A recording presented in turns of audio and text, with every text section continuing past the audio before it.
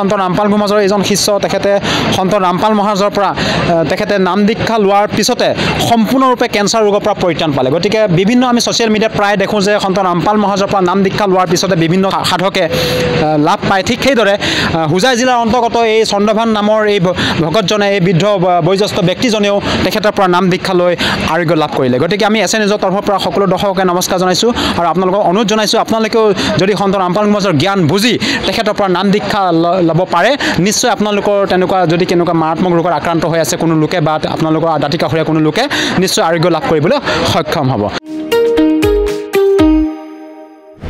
S নিউজৰ সমূহ দৰ্শককে নাৰায়ণ পাত্ৰে নমস্কাৰ জনাইছোঁ দৰ্শকসকল আজি আপোনালোকক আমি এনে এজন শ্ৰদ্ধালুৰ সৈতে পৰিচিত কৰিব বিচাৰিম তেওঁ সন্ত ৰামপাল গুমাজৰ পৰা নাম দীক্ষা ল'ম বুলি সংকল্প লোৱাৰ আগতে তেখেতৰ যি কেঞ্চাৰ ৰোগত আক্ৰান্ত আছিল সেই ৰোগৰ পৰা তেওঁ পৰিত্ৰাণ পাইছে বৰ্তমান আমি উপস্থিত আছোঁ হোজাই জিলাৰ অন্তৰ্গত পাণচালি গাঁৱত উপস্থিত আছোঁ এই পাণচালি গাঁৱত সন্ত ৰামপাল মহাৰাজৰ এখন নাম দীক্ষা কেন্দ্ৰ আছে কেমেৰা পাৰ্চনক দেখুৱাবলৈ অনুৰোধ জনাইছোঁ তেখেতক দেখাবলৈ কাৰণে দেখিছে আপোনালোকে সন্ত ৰামপাল গুমাজৰ ইয়াত এখন বেনাৰ লিখা আছে যে বিশ্ব কল্যাণ মিছন বুলি সন্ত ৰামপাল গুমাজৰ এই বেনাৰখন এই নাম দীক্ষা কেন্দ্ৰৰ মানে গেটৰ সন্মুখতে এই বেনাৰখন আঁৰি থোৱা আছে আৰু আমি ভিতৰত প্ৰৱেশ কৰিম আৰু যিজন শ্ৰদ্ধালুৰ সৈতে আপোনালোকক চিনাকি কৰাই দিব বিচাৰিম তেখেতৰ কাষলৈ যাব বিচাৰিম দেখিছে এইটো নাম দীক্ষা কেন্দ্ৰ আৰু বহুতে হয়তো সন্ত ৰামপাল গুমাজৰ পৰা নাম দীক্ষা ল'ব বিচাৰে হোজাই জিলাৰ অন্তৰ্গত লোকসকলে সন্ত ৰামপাল মহাৰাজৰ পৰা নাম দীক্ষা ল'ব বিচাৰে কিন্তু সেই নাম দীক্ষা কেন্দ্ৰ ক'ত আছে সেই বিষয়ে তেওঁলোকে সবিশেষ নাজানে গতিকে মই পুনৰবাৰ ক'ব বিচাৰিছোঁ যে হোজাই জিলাৰ অন্তৰ্গত পাণচালি গাঁৱত এই নাম দীক্ষা কেন্দ্ৰ আছে আৰু লংকা ৰেলৱে ষ্টেচনৰ পৰা এই পাণচালিলৈ মাত্ৰ 30 টকা ভাড়া ই ৰিক্সাৰে আহিলে মাত্ৰ 30 টকা ভাড়া লোৱা হয় আৰু শ্ৰদ্ধালুসকলে ৰেলৱে ষ্টেচনৰ পৰা যদি নামদান কেন্দ্ৰলৈ আহিব বিচাৰে ই ৰিক্সাৰে তেতিয়া মাত্ৰ 30 টকাতে আহিব পাৰিব মহাৰাজৰ আৰু ইয়াত সন্ত ৰামপাল গুমাজৰ অগণন শ্ৰদ্ধালু আজি ইয়াত আহিছে দূৰ দূৰণিৰ পৰা আহিছে আমি জানিছোঁ যে ইয়াত আজি সন্ত ৰামপাল গুমাজৰ সৎসং অনুষ্ঠিত হ'ব কিন্তু তাৰ আগতে আমি যিটো কথা কৈছিলোঁ আপোনালোকক পোনপ্ৰথমে যে এজন শ্ৰদ্ধালু যিয়ে নেকি সন্ত ৰামপাল মহাৰাজৰ পৰা নাম দীক্ষা লোৱাৰ পূৰ্বে নাম দীক্ষা ল'ম বুলি সংকল্প লোৱাৰ আগতে তেখেতৰ যি কেঞ্চাৰ ৰোগ আছিল সেই কেঞ্চাৰ ৰোগৰ পৰা তেওঁ পৰিত্ৰাণ পাইছে গতিকে আমি সেই শ্ৰদ্ধালুজনৰ কাষলৈ নিবৰ বাবে মই কেমেৰা পাৰ্চনক অনুৰোধ জনাইছোঁ তেখেতৰ কাষলৈ যাম আপোনালোকে দেখিছে এয়া সন্ত ৰামপাল গুমাজৰ এই নাম দীক্ষা কেন্দ্ৰ আৰু লগতে আমি ইয়াত আৰু এখন বেনাৰ দেখিছোঁ ভিতৰত আহি ইয়াতো আপোনালোকে দেখিছে এখন বেনাৰ এই বেনাৰত সম্পূৰ্ণভাৱে সন্ত ৰামপাল গুমাজৰ যিবিলাক উদ্দেশ্য সেই উদ্দেশ্যবিলাক ইয়াত সম্পূৰ্ণভাৱে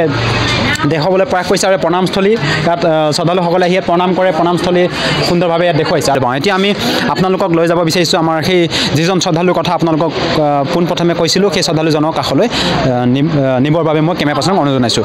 এই শ্ৰদ্ধালুজন ইয়াতে বহি আছে আমি তেখেতৰ বিষয়ে শুনিছিলোঁ তেখেতৰ পৰা আমি এতিয়া পৰিচয় জানিব বিচাৰিম ছাৰ आपका शुभ नाम चंद्रभान चौहान आप कहाँ से हो सर दक्षिण उदयपुर सर सुना है कि संत रामपाल जी महाराज से नाम दीक्षा लेने से पहले आपका जो ये शारीरिक बीमार था जो बीमार से आप ग्रस्त था उससे आपको छुटकारा मिला ये सर बताइए हमारे दर्शकों को कैसे आपको ये लाभ हुआ जो आपका जो बीमार था पाँव में जो हम अस्पताल में भर्ती था 2 महीना घाव नहीं ठीक हुआ लास्ट टाइम में डॉक्टर बोल दिया ये काटना पड़ेगा इसके बाद हमारा भागिना आया तो बोला जे मामा ठीक हो जाएगा हैं तो हम बोला जे कैसे तो आश्रम में चलिए नाम दीक्षा लीजिए तो ठीक हो जाएगा तब हम आया और नाम दीक्षा लिया पानी देने लगा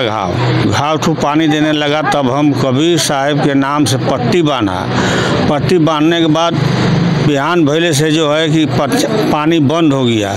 तब हम उसको बिहान भैले हम आया आश्रम में और नाम दीक्षा लिया और उस दिन से हमारा पानी बंद हो गया और घाव झुराने लगा 3 महीना के अंदर हमारा घाव झुरा गया सर डॉक्टर ने आपको क्या निर्देश दिया था डॉक्टर बोला है कि ठीक नहीं है काटना पड़ेगा ये ठीक नहीं होगा हाँ और नाम दीक्षा लेने के बाद ये आपका जो ये पाका जो बीमार है संपूर्ण रूप से ये ठीक हो गया संपूर्ण रूप से घाव ठीक हो गया मगर एक बीमार रह गया सुना टाइप का